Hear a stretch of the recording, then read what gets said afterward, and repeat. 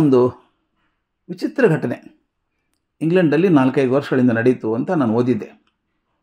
ಈ ಲಂಡನ್ ಹೊರವಲಯದಲ್ಲಿ ಹೊಸದಾಗಿ ನಿರ್ಮಾಣಗೊಂಡಂಥ ಮನೆಗಳಿದ್ದು, ಅದು ಮನೆಗಳ ಗುಂಪು.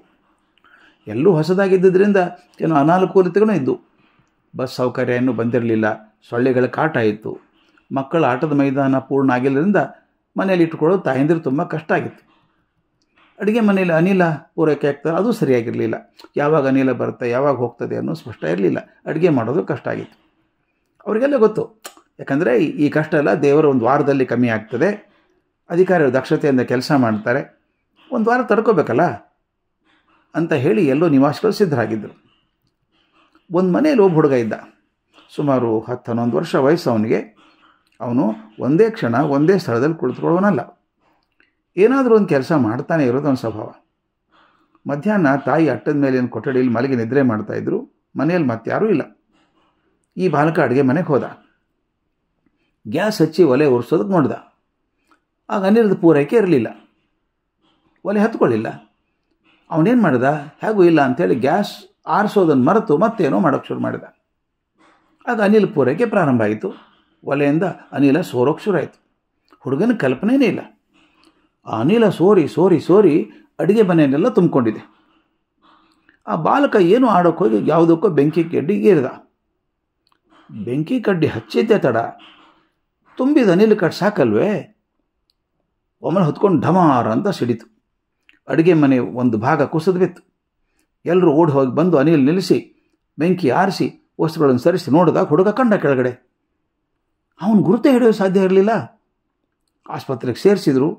ಅವನಿಗೆ 70%ಕ್ಕಿಂತ ಹೆಚ್ಚು ಸುಟ್ಟ ಗಾಯಗಳಾಗಿದ್ದು. ವೈದ್ಯರು ಹೇಳಿದರು, ಆ ಹುಡುಗ ಬದುಕಿ ಉಳಿಯೋ ಅವಕಾಶ ಬಹಳ ಕಮ್ಮಿ ಅಂತ ಹೇಳಿದರು.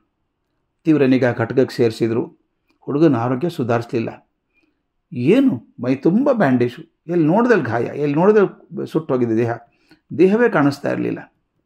ದಿನದಿಂದ ದಿನಕ್ಕೆ ಆರೋಗ್ಯದಲ್ಲಿ ಸುಧಾರಣೆಕ್ಕಿಂತ ಕುಸಿತಾನೇ ಕಾಣಿಸ್ತಾ ಇತ್ತು. ಆ ಹುಡುಗನ ಧೈರ್ಯ ತುಂಬೋದಕ್ಕೆ ವೈದ್ಯರು ಹೇಳ್ತಾ ಇದ್ದರು, ಹಿರಿಯರು ಬರ್ತಾಯಿದ್ರು. ಒಂದು ದಿವಸ ಶಾಲೆ ಮುಖ್ಯಸ್ಥರು ಬಂದು ನೋಡ್ಕೊಂಡು ಹೋಗ್ತಾಯಿದ್ರು. ಒಂದು ದಿವಸ ಅವ್ರು ಏನು ಮಾಡಿದ್ರು ಗೊತ್ತಾ, ಶಾಲಾ ಮುಖ್ಯಸ್ಥರು ಶಿಕ್ಷಕಿಯನ್ನು ಕರೆದು, ಇವನೊಂದಿಗೆ ದಿನ ಹೋಗಿ ಮಾತಾಡಬೇಕು, 1 ತಾಸು ಕೊಡ್ಬೇಕು ನೀನು ಅಲ್ಲಿ ಹೋಗಿ. ಆಕೆ ಇನ್ನೂ ಚಿಕ್ಕ ವಯಸ್ಸಿನವಳು, ಇಂಗ್ಲೀಷ್ ಅಧ್ಯಾಪಕಿ. ಹಾಗೆ ಇವನು ನೋಡಿ ಗಾಬರಿ ಆಯಿತು. ಇವನು ಏನು ಪಾಠ ಹೇಳೋದು, ಹೇಳಿದ್ರೆ ಕೇಳಿಸ್ತದ, ಅವನಿಗೆ ಅರ್ಥ ಆಗ್ತದ? ಮೈ ತುಂಬ ಬ್ಯಾಂಡೇಜ್ ಹಾಕಿದ್ದಾರೆ, ಆದರೂ ಹೇಳಿದಾರಲ್ಲ ಪ್ರಿನ್ಸಿಪಾಲು ನನ್ನ ಕರ್ತವ್ಯ ಮಾಡಬೇಕಲ್ಲ ಅಂತ ಹೇಳಿ ತನಗೆ ಗೊತ್ತಿರೋದೇನಪ್ಪ ಇಂಗ್ಲೀಷ್. ಆಕೆ ವ್ಯಾಕರಣದ ಪಾಠ ಶುರು ಮಾಡಿದ್ಲು. ತಾನು ಹೇಳೋದನ್ನು ಹೇಳ್ತಾ ಇದ್ದು, ವ್ಯಾಕರಣದ ಬಗ್ಗೆ ಹಾಗೆ ಹೇಗೆ ಅಂತೆಲ್ಲ ಹೇಳ್ತಾ ಇದ್ಲು.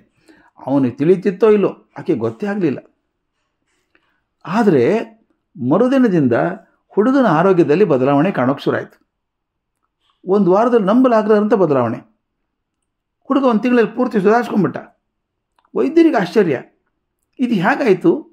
ಅವನನ್ನೇ ಕೇಳಿದರು, ಏನಪ್ಪ ಹೇಗಾಯಿತು ಅಂತ. ಅವನ ಉತ್ತರ ವಿಚಿತ್ರ ಆಗಿತ್ತು. ಆ ಹುಡುಗ ಹೇಳಿದ, ನಾನು ಬದುಕ್ತೇನೆ ಅಂದ್ಕೊಂಡಿರಲಿಲ್ಲ, ಬದುಕು ಆಸೆನೂ ಇರಲಿಲ್ಲ ನನಗೆ. ಯಾವತ್ತು ನನ್ನ ಶಿಕ್ಷಕಿ ಬಂದು ನನಗೆ ವ್ಯಾಕರಣ ಪಾಠ ಶುರು ಮಾಡಿದರೂ ಅಂದೇ ಬದುಕ್ತೇನೆ ಅಂತ ನಂಬಿಕೆ ಬಂತು ಅಂದ. ಯಾಕೆ ಅಂತ ಕೇಳಿದರು.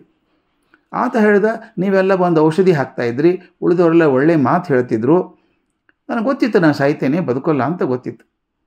ಆದರೆ ಯಾವಾಗ ಇವ್ರು ಬಂದು ವ್ಯಾಕರಣ ಪಾಠ ಮಾಡೋಕ್ಕೆ ಶುರು ಮಾಡಿದ್ರು ನಂಬಿಕೆ ಬಂತು, ಆತ್ಮವಿಶ್ವಾಸ ಬಂತು ನನಗೆ. ಯಾಕಂದರೆ ಸಾಯೋನಿಗೆ ಯಾರಾದರೂ ವ್ಯಾಕರಣ ಹೇಳಿಸ್ತಾರೇನ್ರಿ? ಅಂದರೆ ನಾ ಬದುಕ್ತೇನೆ ಅನ್ನೋದನ್ನು ವೈದ್ಯರಿಗೆ ಖಚಿತ ಆದಮೇಲೇ ಮುಂದೆ ಒಂದು ಪರೀಕ್ಷೆಗೆ ಅನುಕೂಲ ಆಗಲಿ ಅಂತ ವ್ಯಾಕರಣ ಹೇಳಿಸ್ತಾ ಇದ್ದಾರೆ ಅಂದ್ಕೊಂಡೆ. ಅದೇ ನನಗೆ ಶಕ್ತಿ ಕೊಡ್ತು ಅಂದ ಹುಡುಗ. ನೋಡಿ ಎಷ್ಟು ತಮಾಷೆ ಇದು. ಯಾವ ಸಕಾರಾತ್ಮಕವಾದ ಮಾತು, ಕೃತಿ, ಘಟನೆ ಒಬ್ಬ ಮನುಷ್ಯರಿಗೆ ಎಂಥ ಬದಲಾವಣೆ ತರಬಹುದಲ್ಲ, ಊಹೆ ಮಾಡೋಕ್ಕೂ ಸಾಧ್ಯ ಇಲ್ಲ ರೀ ಅದನ್ನು. ಆದ್ದರಿಂದ ಯಾವತ್ತೂ ಒಂದ್ಸಲ ಆಗೋ ಬದಲು ಈ ಸಕಾರಾತ್ಮಕತೆ ಅನ್ನೋದು ನಮ್ಮ ಸದಾಕಾಲದ ನಡತೆ ಆಗಿದ್ದರೆ ಎಷ್ಟು ಚಂದ ಅಲ್ವಾ. ನೋಡಿ, ಆ ಟೀಚರ್ ಬಂದು ಹೇಳಿದ್ದು ವ್ಯಾಕರಣದ ಕ್ಲಾಸ್ ಹೇಳಿದಾಗ ಆ ಹುಡುಗ ಅಂದ್ಕೊಂಡ, ಸಾಯ್ತೀನಿ ಅಂತ ಅನ್ನೋರು ಯಾರು ಹೇಳ್ತಾರೆ ವ್ಯಾಕರಣ ಹೇಳ್ತಾರೆ ಅಂತ ನಾನು ಸಾಯೋಲ್ಲ ಅಂತ ಅಂದ್ಕೊಂಡ. ಈಗ ಬದಲಾವಣೆ ಆಗೋದು ಯಾವಾಗ ಗೊತ್ತಾ? ಎಲ್ಲವನ್ನ ನಾನು ಪಾಸಿಟಿವ್ ಆಗಿ ತೊಗೊಂಡಾಗ ಮಾತ್ರ ಸಾಧ್ಯ ಇದೆ.